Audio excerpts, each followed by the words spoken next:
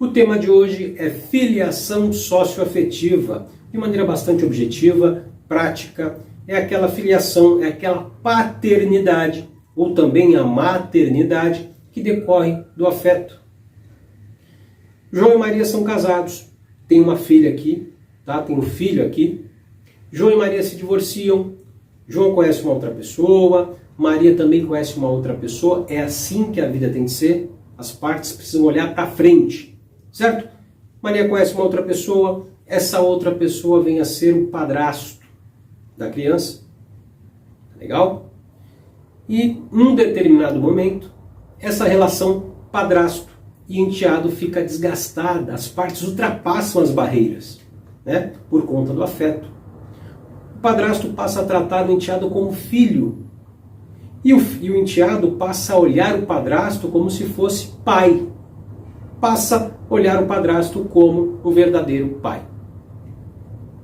E aí nasce a filiação socioafetiva, e acontece bastante, principalmente nos casos em que o pai biológico não está nem aí para a criança, né? E aí o enteado acaba vislumbrando no padrasto um verdadeiro pai. E aquela expressão, pai é quem cria, acaba ficando materializada na situação. Tá certo? Então a filiação socioafetiva nada mais é do que aquele vínculo formado pelo afeto entre padrasto e enteado. Pode ser também entre um tio. Vamos supor que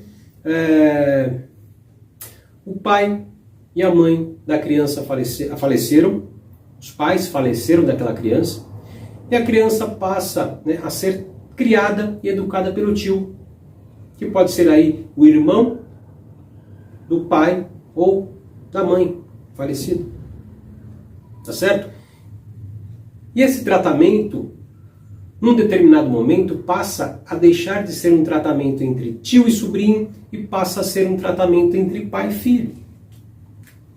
Ou seja, aquele tio que acabou ficando responsável pelo sobrinho acaba tratando o sobrinho como filho.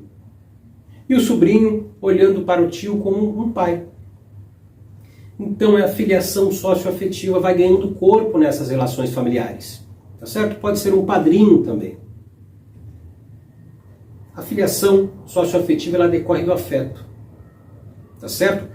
Existe um provimento número 63 do CNJ, que ele só diz o seguinte: um irmão não pode assumir a paternidade do próprio irmão.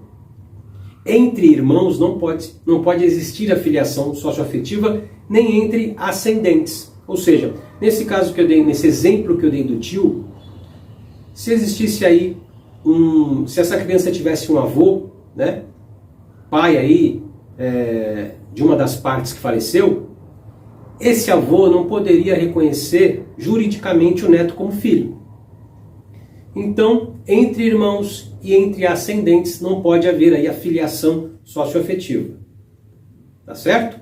E a filiação socioafetiva é isso. É assumir a paternidade ou a maternidade de uma criança por meio do afeto, sem qualquer vínculo consanguíneo. E o afeto, nada melhor que o afeto, né? Até porque existem pais biológicos que não estão nem aí para a criança.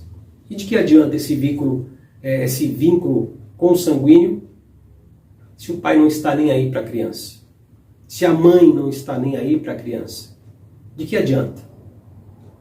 Portanto, o afeto, que hoje em dia, no direito de família, é um verdadeiro princípio, acaba gerando esses vínculos a tal ponto de que o direito passa a reconhecer, né, esse vínculo afetivo.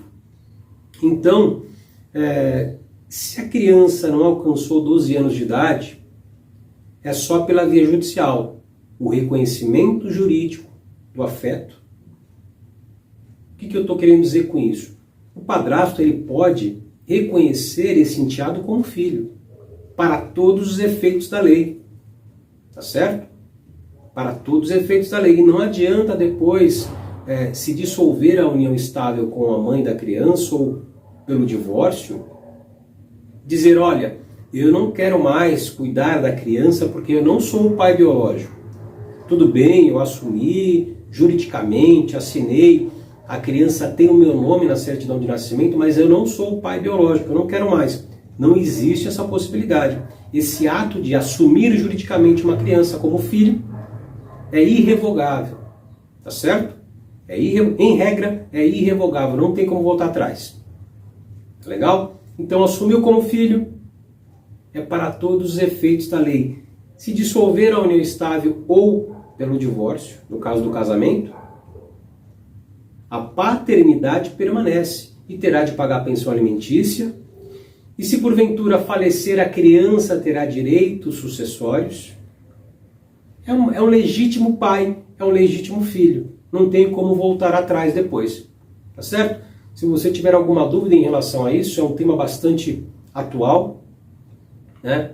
Eu diria que é uma criança que está engatinhando ainda. Muitas decisões vêm sendo proferidas pelos tribunais em relação à filiação socioafetiva. E se você tiver alguma dúvida, pode deixar nos comentários ou no próprio e-mail que eu deixo disponível para vocês aqui. Um forte abraço!